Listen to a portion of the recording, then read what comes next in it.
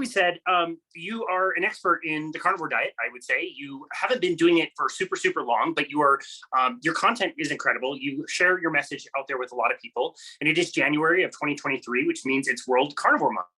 So I thought this would be a perfect time to have you on to, I guess, kind of interlace your personal journey through nutrition and different diets and what that was like for you, but also try to give the listener some tips and tricks and things you learned along the way. And so if they want to start their own carnivore diet, they can get some really good information. I figured this would be a really good way to kind of do both. So let's start out with your personal story. You were a chef. Were you always obsessed with food? Was food and nutrition a big part of things, or was it really just kind of more the cooking side and just all foods were interesting to you? Yeah, nutrition was never a part of things. Like, I guess to me, wanting to be thin equaled health. So yeah, I come from oh gosh, okay, I need to do some math here. 13 is probably when I first started dieting. So like 20, is that 25 years ago? Gosh, I'm 38. Oh my gosh, that sounds so old. Yeah, so 25 years. I mean, I went to like my first Weight Watchers meeting, and I've tried it all. Grapefruit diet, slim fast, not eating. I don't know if you remember the Special K diet. Someone just reminded me of, now, not the drug, but the cereal, where they're like, eat 2 bowls of our cereal a day and then a balanced dinner. Like, insane. Wow. Yeah. So, I mean, I've tried it all. I discovered paleo probably like 12 years ago when Mark Sisson came out with his Primal Blueprint book. So that was my intro to maybe doing things a little bit more healthier, but always just to lose weight. Keto, low carb. So I've been in the low carb keto space for probably like 7 years now, 6 or 7 years.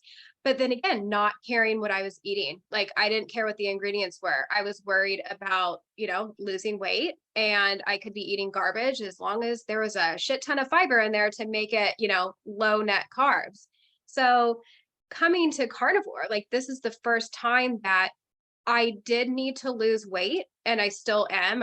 I'm working on that right now, but I didn't start this to lose weight. I started it because I was feeling like garbage. Like, I was just feeling like shit. I went to the doctor thinking something was wrong. We did all the lab works, everything. He said everything was fine. And then I looked at it myself, and it's like, okay, well, some of these are not fine. Like, I was in like the pre-diabetic range. My cholesterol was high, and yeah, just, he thought everything was fine. And then I discovered, my husband discovered Paul Saladino. He was sending me his TikToks for like about a month. And finally, and we never talked about it. And finally, I'm like, wait, what are you sending me? Like, should we not be eating vegetables? Like, I don't understand this. He's like, I don't know. I got to do more research. He's like, I just thought they were interesting. And yeah, so that was my intro to this. And that was 8 months ago. I'm like, well, let's just give it a shot. They say this is the most nutritious way to eat. Let's experiment. And I've learned a ton along the way of health and nutrition, which was never a focus in the past. Yeah, that's amazing. When you look back on some of those diets that you were doing before, do any of them strike you as particularly harmful? Were some worse than others? Yeah, definitely. I mean, I would say like paleo would be a good option, keto, but then again, like, when now I'm looking at them, it's like, okay, well, now that I know more about plants and how they're trying to kill us, then maybe not so much. But I did Weight Watchers too for a while. And, they're all just, yeah, not good. And I feel like they're all coming from a place, like, especially Weight Watchers, like a little misinformed, like, it's like low fat and all, like, it's not, I think they're coming from the weight loss place too, and not so much nutrition. Yeah, very interesting. Thank you for commenting on that. I'm wondering if you noticed differences as you were shifting through the diets. Was paleo better than what you were doing before? And then that transition over to keto. What things did you notice were changing in the body besides just weight loss? Honestly, like, nothing. I mean, yeah, it was just weight loss. And of course, like, I felt better, but I still mentally was not there. Like, paleo worked, I lost some weight, and then I fell off. Or I would do keto, and then I would have a cheat night, and then that would turn into a cheat week. So even though I was feeling better while I was on it and I was losing weight, I wasn't mentally there. Because for me, having, I guess, if you will, a carb and sugar addiction, and eating fruits that have sugar, or even like the keto treats, those just like prolonged my obsession and need for sugar. So while I did have health benefits, I never stuck with it because I would keep falling off. Yeah, no, I was just thinking that as you were kind of explaining that, when somebody is first transitioning onto a ketogenic diet and they're doing keto treats and fat bombs and all these things that are like, quote unquote keto approved, it's like, yeah, like go ahead and try that, but you better be thinking about how to get those off at some point, because I found the same thing with my clients. If I try to fuck around with those foods in somebody's diet, they're going to still be addicted to carbohydrate. They might not know it, but they will still be addicted to sweet taste. And I think it's really important to get all sweet taste out of the diet, including things like you mentioned, like fruit. Did you notice that same thing with you? Yeah, definitely.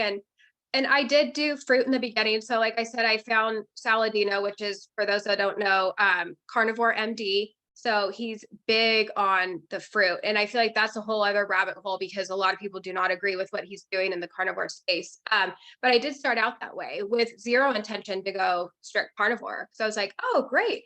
I can have maple syrup and honey and all this fruit. Well, yay, like my little sugar addicted brain is so excited that I get to keep that in.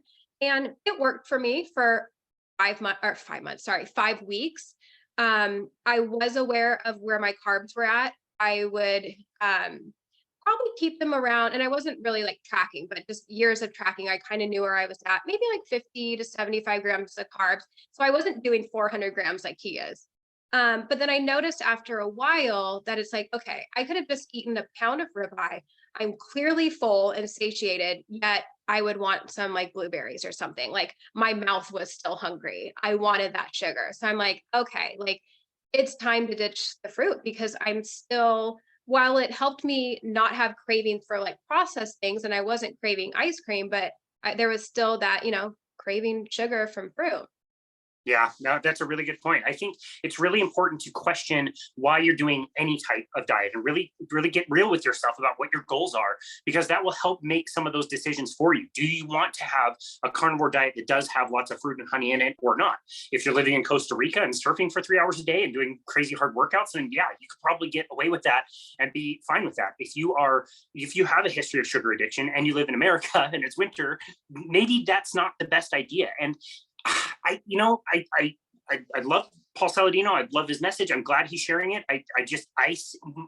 Where I am, the clients that I get, more damage is done by that type of message than I think does people favors. And again, people can be wherever they want on that spectrum, but I do think it's really important to really consider what your goals are and what your history is with, sugar addiction. And that would determine whether you want to approach your diet like that or not. Yeah. And I think it's interesting. I wonder, I'm not an expert in nutrition, so this is just me thinking out loud, but just because he's like burning it off, like he's not getting fat from all of this that he's eating, but what is it doing to him internally? What's going on? Because then you hear about like the Randall effect, I don't, Professor Bart K talks about that a lot and how, when the fat and the carbs are like battling each other to be your source of energy, I guess. And that can have like an aging process. And a lot of people have been commenting on his looks in the last 5 years. And I wonder if it's because of his diet or maybe it's where he lives and he's out in the sun and he's getting a lot of salt water. I don't know. But that's one thing that kind of makes me be like, okay, maybe I don't want to have that fruit. I don't know.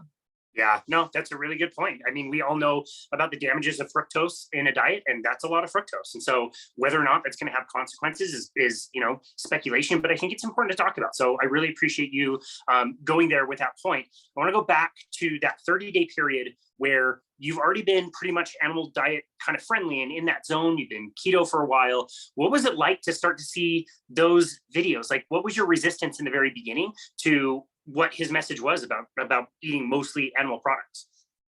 Yeah, I thought it was insane to ditch veggies. Like, because even before I found his videos, I'm remembering now that my husband said that we have a couple friend and it's like, they're going to try carnivore, to like lose weight. And I'm like, well, what's carnivore? He's like, not eating vegetables. I'm like, why would they do that just to lose weight? Like, why, how is that healthy? We've been brainwashed to believe that vegetables are so good for us and that they're needed. And I had no clue how nutritious meat was. You think of red meat and you're like, oh, you get some protein, some fat, some iron. That was all I knew about it.